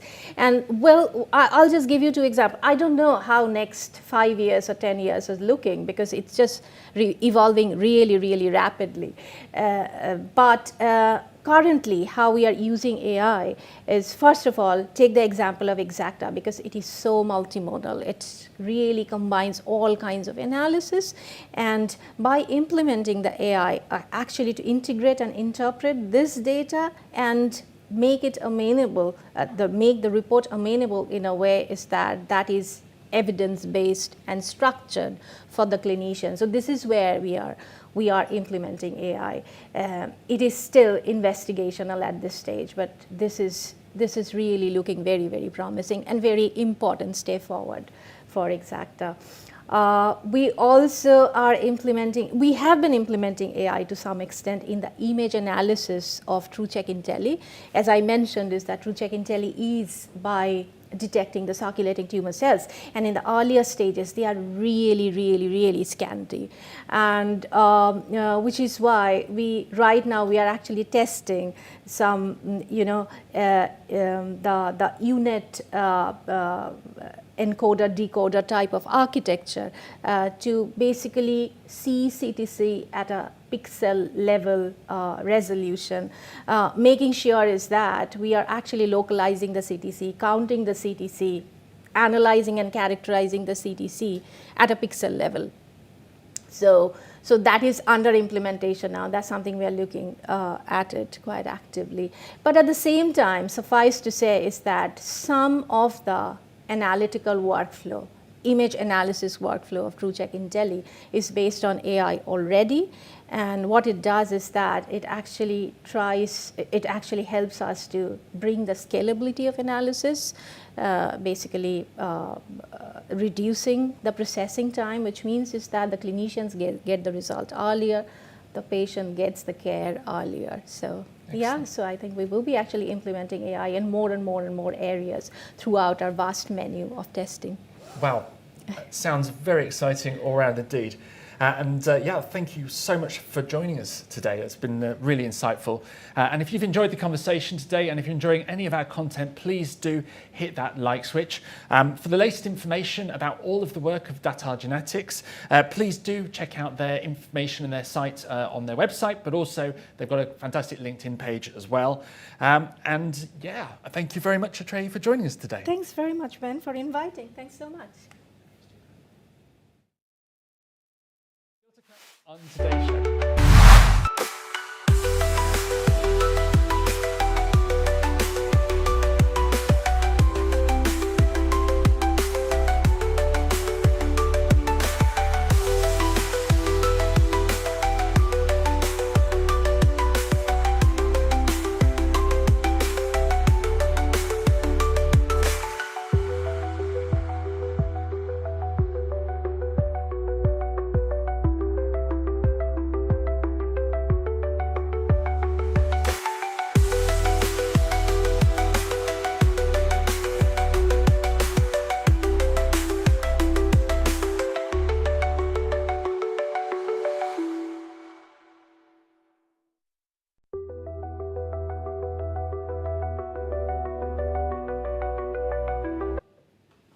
Thanks for joining us at Surrey Research Park Live. It's a celebration of 40 years of innovation and a look 40 years into the future. Remember to hit that like button and also to share our content. We're now going to shift gears and look at a different area of innovation and one of the most important areas of business and social impact. For the next sections, we're going to be focused on entrepreneurship and business mentoring. And we're going to be bringing you information and guidance that's going to be great for anyone that's thinking of starting, running a startup, or perhaps even just have an idea around a business and want to take your business forward. So we'll be back very shortly.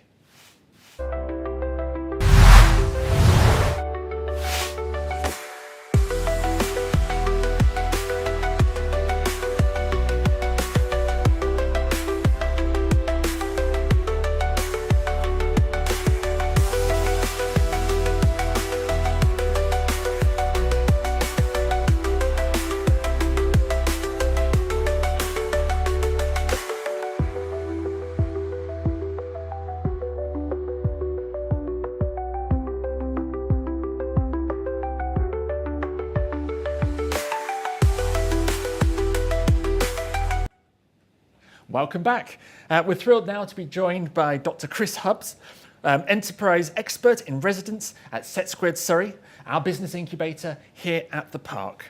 Chris is here to share some insights on navigating the entrepreneurial journey. And this is a fantastic opportunity for you to send in your questions as well. Please use the QR code that's on screen and follow the instructions. And we'd love to get your questions in, whether or not you're just starting out your business or whether you're actually looking to scale up. And immediately after Chris, we're going to have experts who are patent attorneys from the company on the park called Venner Shipley, who will share more on the importance of intellectual property and the challenges of technology and protecting your intellectual property into the future. So please do get those questions ready and use the QR code. I'm delighted now to be joined by Chris Hobbs, Enterprise Expert in Residence at SETsquared Surrey, the business incubator here. Now, with a proven senior leadership and program management skills honed across science, engineering, consulting, all those different arenas, Chris is truly all about making things happen for new ventures. Chris, welcome very much to the show. I wonder if you could start perhaps by just explaining a little bit more. SETsquared Surrey has a remarkable track record in nurturing successful ventures and from your extensive experience, beyond just simply having a great idea, what traits would you say make up the DNA of a successful tech entrepreneur, and how can an organisation like SETsquared Surrey help someone who perhaps doesn't have all of these traits or perhaps where they don't come naturally? Right, thank you, Ben. Well, one of the main traits they've got to have is resilience. And what I mean by that is that they've got to get used to being knocked down and picking themselves up, brushing themselves down and carrying on again. This means that what they need to do is really gather as much information as they can from all the people that they have around them. And that means working with them with candour, which is really about honesty and eloquence, and really sort of sharing as much information as they have. Because that helps other people to give them the information they need to be able to make the tough decisions that they're going to have to make. Brilliant stuff. And it's widely recognised that the critical phase between initial funding and sustainable growth is often the hardest part for many businesses as they are on that startup life cycle. So much so, in fact, that it's often referred to as the valley of death. From your experience, how do you and fellow expert mentors at SETsquared Surrey help businesses navigate this valley of death to the other side? And what kind of approaches and techniques for supporting sustainable growth could you advise on? Well, one of the main things we do is something called the business startup at the very beginning of when we're starting to mentor people. What this helps us to do is really understand what their business is about, what their proposition is, what the solution is relative to the problem that they're actually trying to solve. And then we get them to focus on that problem and understand how they can actually effectively make money out of dealing with that problem by presenting their solution to their potential customers. What they've got to think about is actually about getting repeat business, because quite often people just think it's about going out to the market and selling to everybody that they can do. But actually it's well known that actually repeat business is 5 times easier to get than new business. So once you've got a customer, you've got to really work that customer as best you can to really make sure that you make the most of it. And that helps you get through the valley of death, because that means you're less likely to get to a situation where you don't actually have income at any particular point. And similarly, what we do is we help people to get in contact with some experts in terms of grant writers, because there are a lot of grants out there which you can get if you're very good at actually knowing what to look for and how to present your solution into that arena. So that's the sort of things that we do. We give them investor readiness training, so again they can go out to the actual venture capital markets and raise funds that way. We teach them all about crowdfunding and all the different mechanisms there are for actually raising funds, and that helps them get through the valley of death. Fantastic, very much. And I've asked a lot of my other guests that have all been on to think about the fact that this is a 40th anniversary show today. And thinking about that, what does the future look like? Perhaps not 40 years ahead, but certainly for 10 years ahead in terms of the landscape for entrepreneurs and the idea of how SETsquared might actually evolve to support those needs. What entirely new challenges and opportunities will future entrepreneurs face, and how will SETsquared Surrey look to support them? Yeah. I think really one of the key things is going to be about timing. I mean, really what we've seen is technology moving faster and faster. We've had, you'll have comments today about AI, no doubt. And really that sort of has shown just how fast that can actually bring about change. And people are just going to have to get used to changing faster and faster. And I think what we need to do is make sure that our mentoring, our capability of supporting people has to move at that same sort of pace. So we'll be actually, in terms of what we do, helping them at a much faster rate than we're currently doing at the moment. And that will go on, I think, forever and a day in a lot of respects, just getting faster and more fluent in terms of what we can do as quickly as possible. Very exciting. So I'm just going to have a quick look now and just see what we've got in terms of questions that may have come in. Just have a quick look.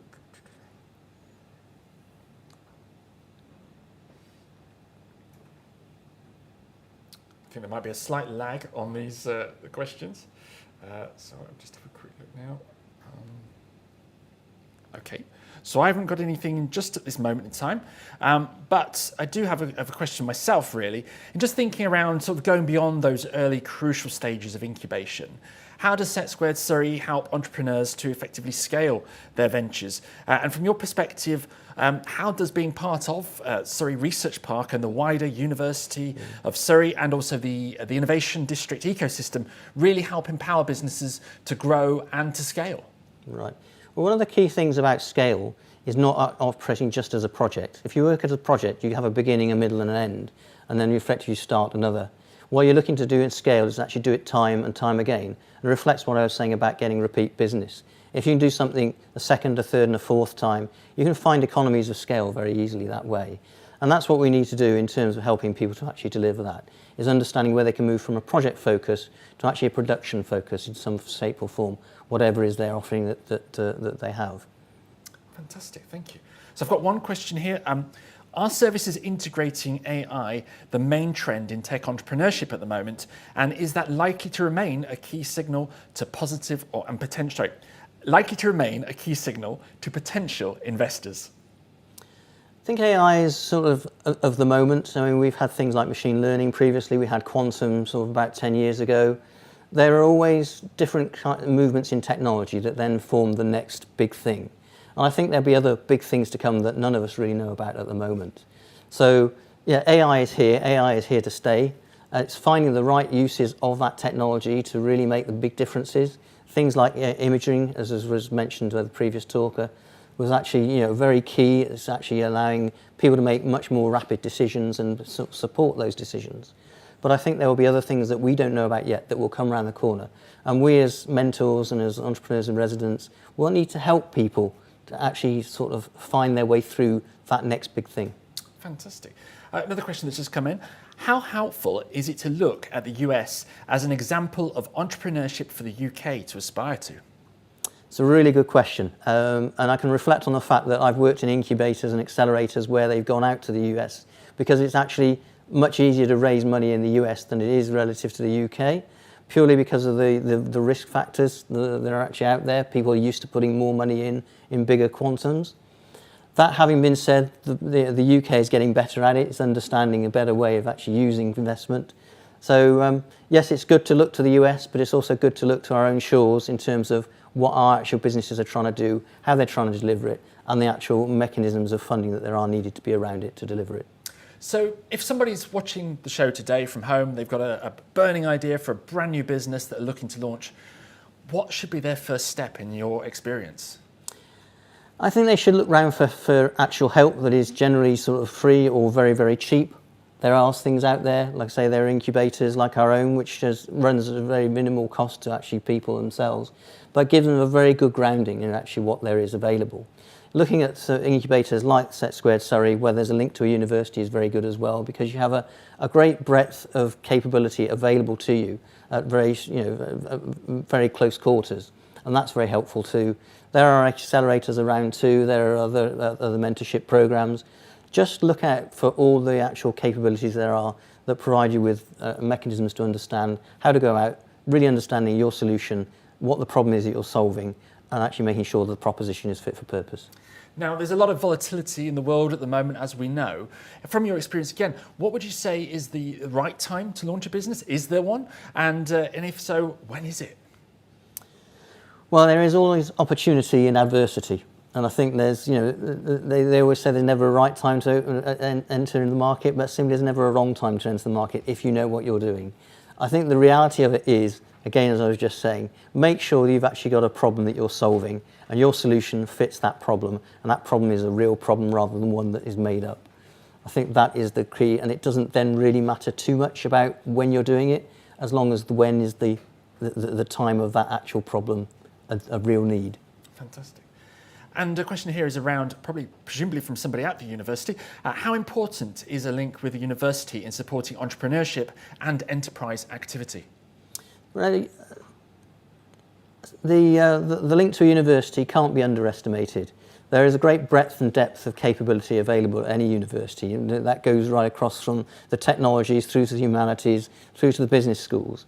And this actually gives you a whole range of different capabilities that are available to you to support that. And I've seen that in some of my work, not only just here at SETsquared Surrey, but in my other Royal Society Entrepreneur in Residence roles with other universities, where we found that working with business schools, working with people from the humanities area, could bring about some really sort of fundamental different business ideas that, when put together as a team, were really quite fantastic and great to see actually happen. Brilliant. Well, thank you so much. I mean, that's all the questions we've had in. So yeah, thank you very much, Chris, for joining us today. Really appreciate your time. Thank you very much, Ben.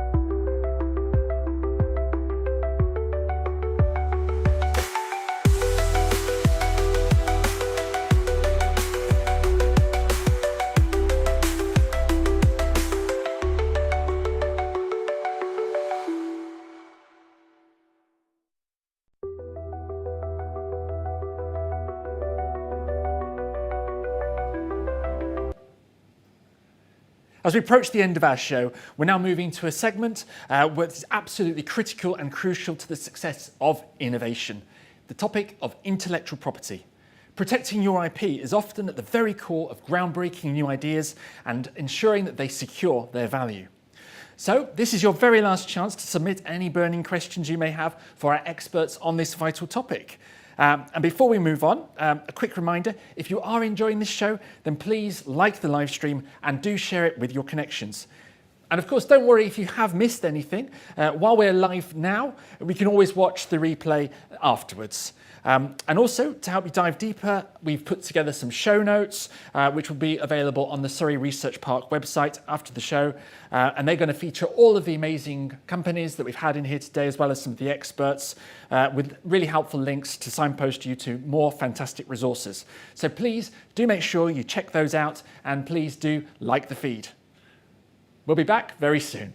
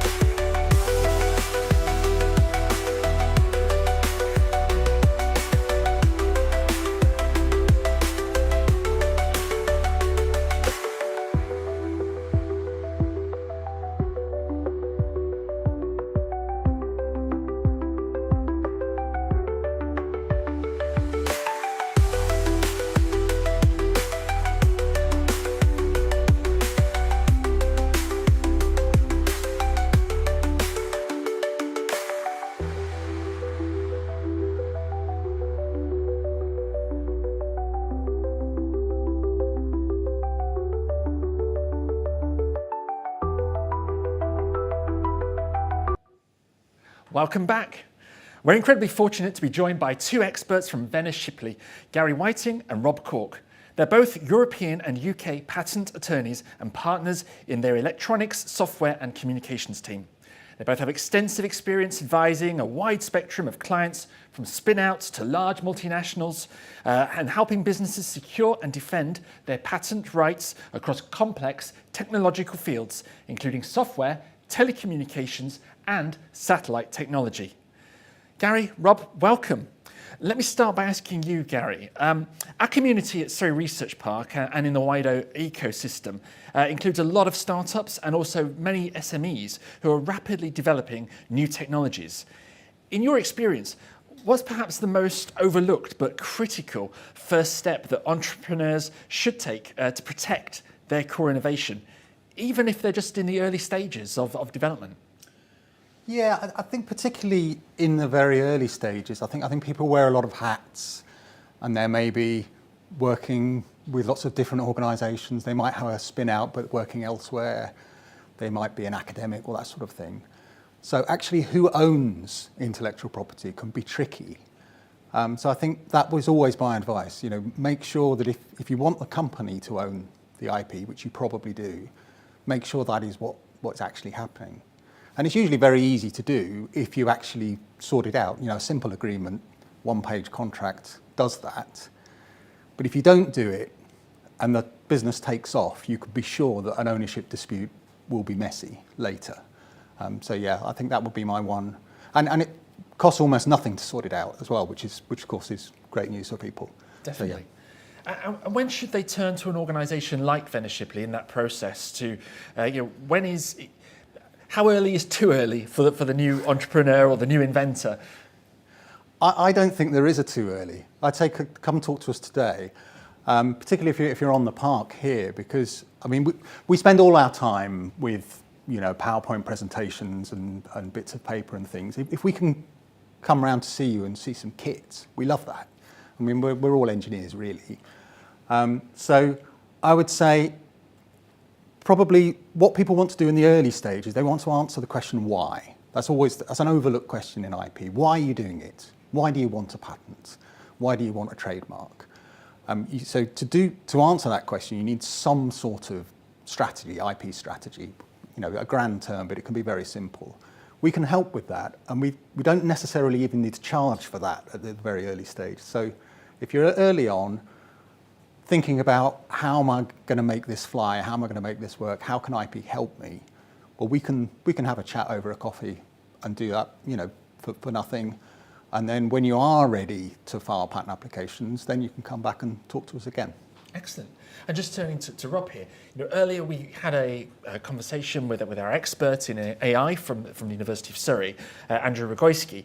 And obviously AI is becoming much more prevalent and it's also becoming much more powerful. It's involved in everything from writing code, generating designs and new imagery.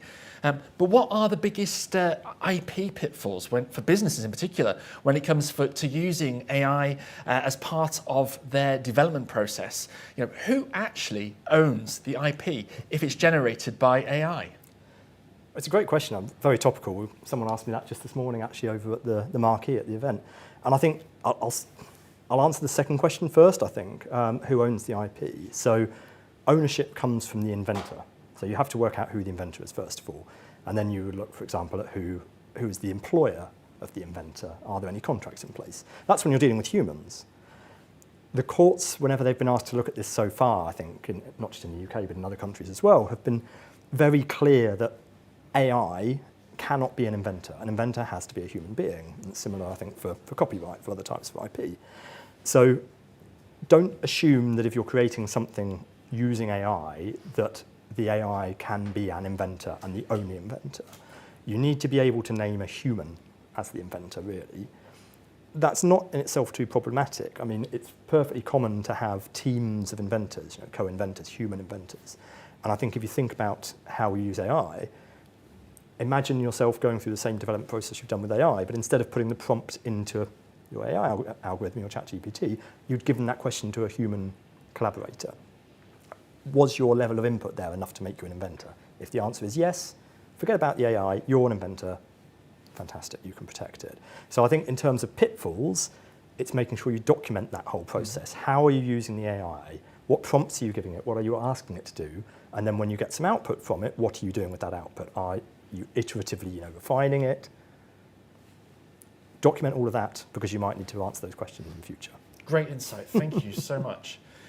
And obviously, we talk about the pace of technology moving. We had, again, from the poll that we had with Andrew earlier, it highlighted the fact that regulation is struggling to keep pace with where technology is getting to. How do you think the legal frameworks need to evolve, really, to keep pace with these revolutionary changes?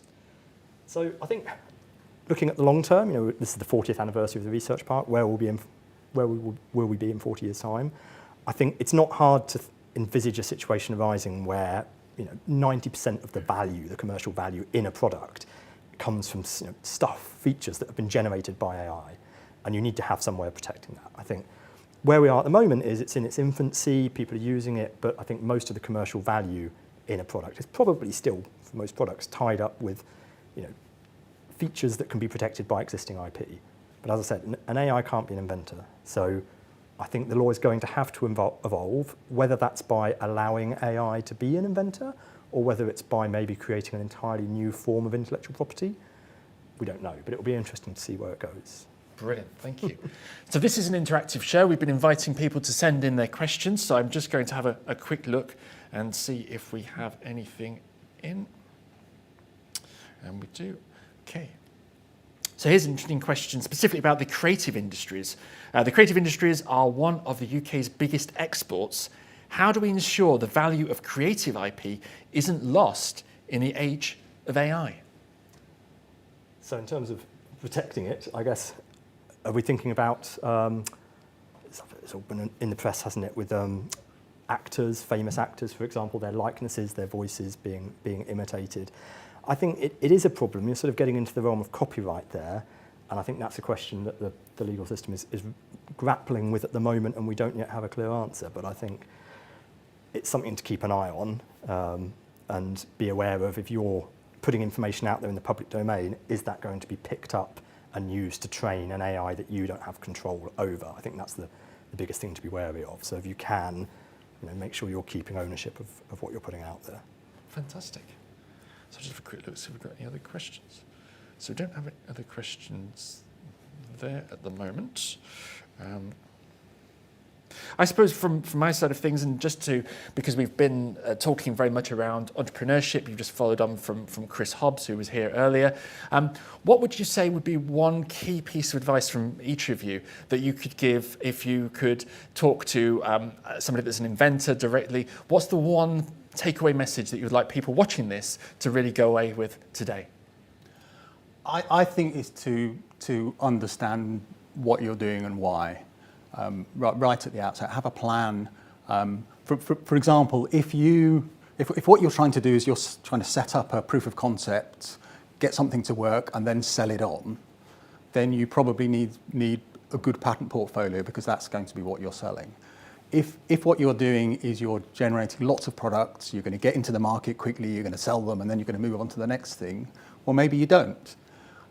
So understanding what you're doing and why, and then being focused on that. Yeah. I think as patent attorneys, two of the issues that we grapple with on a day-to-day basis are what we call novelty and inventive step. That's the basic requirements for an invention to be patentable. It has to be new and it can't be obvious. Don't get too hung up on the second part, obviousness. I think a lot of people, you find, that they're reluctant, I think, to come and talk to patent attorneys or to look into patenting because they feel that what they've done is obvious, it's simple, it's not something that would merit patent protection. That threshold is much lower than most people would think. I think if you've got something that's new and it solves a technical problem, there's a very good chance that it's patentable. So if in doubt, talk to a patent attorney. We're always here, we're happy to help. Excellent. Thank you. Fantastic insight that we've been able to share today. So really appreciate it. Rob and Gary, thank you very much. Thank you. It's a pleasure. So before we draw our event to the close, there is just time to hear from Caroline Fleming, Director of Surrey Innovation District and Innovation Lead at the Park, for some reflections on today's celebrations. So if we'll just be back very shortly with Caroline.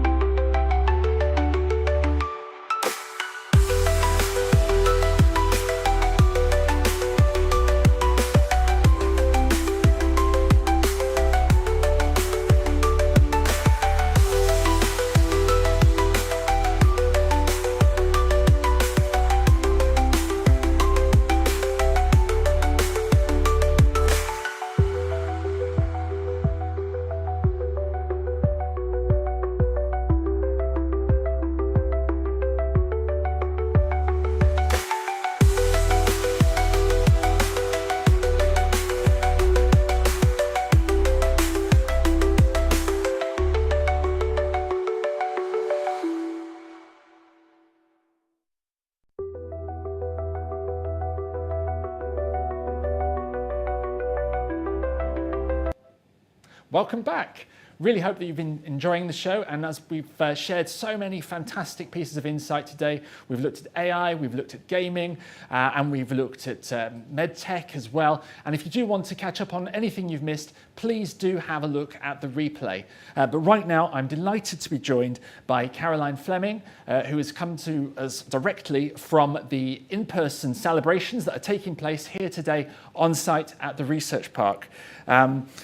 Caroline, welcome to the studio. Thank you very much. No, brilliant stuff to have you. I wondered, because for those of us that aren't able to attend the celebration, I wonder if perhaps you could just paint a little bit of a picture for us about what the atmosphere of our 40th anniversary celebrations actually like over there on the park. What have you most enjoyed so far? Excellent, thank you. Well, luckily it's much cooler in here than it is outside, but the weather has been perfect for us. So we've created a really lovely festival vibe. We've got food and ice creams and a really buzzy atmosphere, a DJ with some music, but then also lots of great talks. And I think one of the things for me is that we've brought our two communities together, and you could really see that outside. So we had the staff of the university and the staff of the research all mingling together. You couldn't tell the difference between who was who. It didn't matter. We were all talking on that common theme, celebrating our birthday, celebrating our place for innovation in this area. So we had civic people there as well. And I think everybody just really felt the vibe of it being a really strong community that's been built here. We heard from quite a few companies saying how proud they are to call it their home.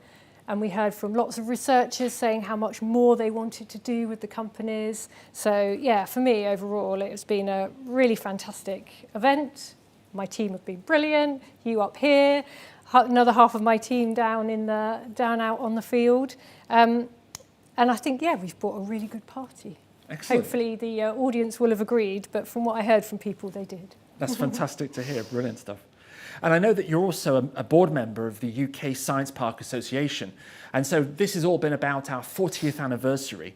But looking at research parks and science parks more broadly, how do you think the role of these places will evolve over the next decade or so, really to support the changing nature of innovation that we've heard so much about today?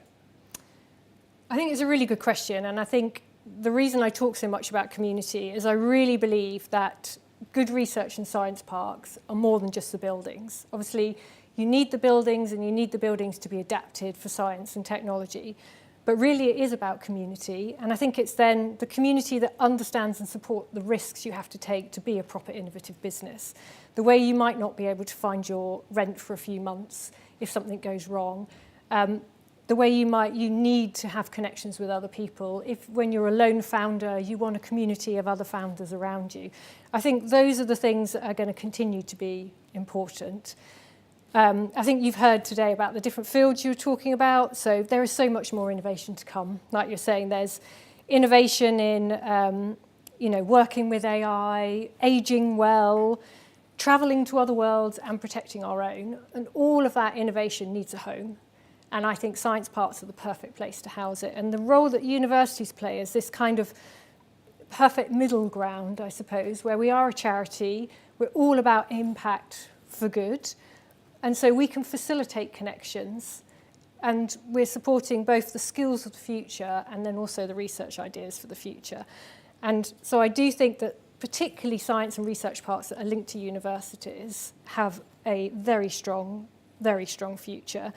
And I do think that what we've demonstrated here in terms of the investment in the ecosystem is being picked up throughout, like new government messages are all about clusters and innovation. So I don't think it's going to go away for a while. I really hope it isn't, because I need the funding to carry on our activities. But I really feel like the focus of creating that ecosystem, having the right places, buildings, and community is where the future is. And we're here, and this is the future. Fantastic. No, thank you so much, and thanks for coming in all the way from over the celebrations. I'll let you return back to those very shortly.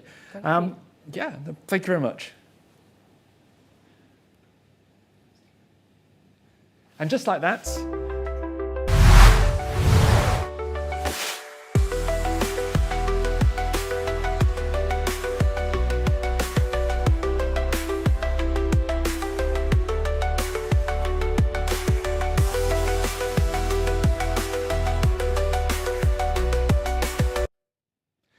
And just like that, we've reached the end of Surrey Research Park Live. It's been an incredible journey of innovation and insight, and it's been very exciting to hear from all our different experts throughout the show. I just want to say a huge thank you to all of our phenomenal expert guests, and a massive thank you to you, to our audience, for joining us and for your fantastic questions and for making this show really, truly interactive. And if you've enjoyed the show, please do hit the like button and do share the replay as well that will be available afterwards. And don't worry, if you've missed anything, as I say, that replay will be available on a range of different platforms, along with show notes via the Surrey Research Park website. And that will contain all the links to the amazing companies and all the different areas of the university that we've heard about today. Obviously, if you'd like to discover more about how Surrey Research Park or any of the incredible experts we've heard from or organisations could support you and your business endeavours, then please do get in touch directly via our website.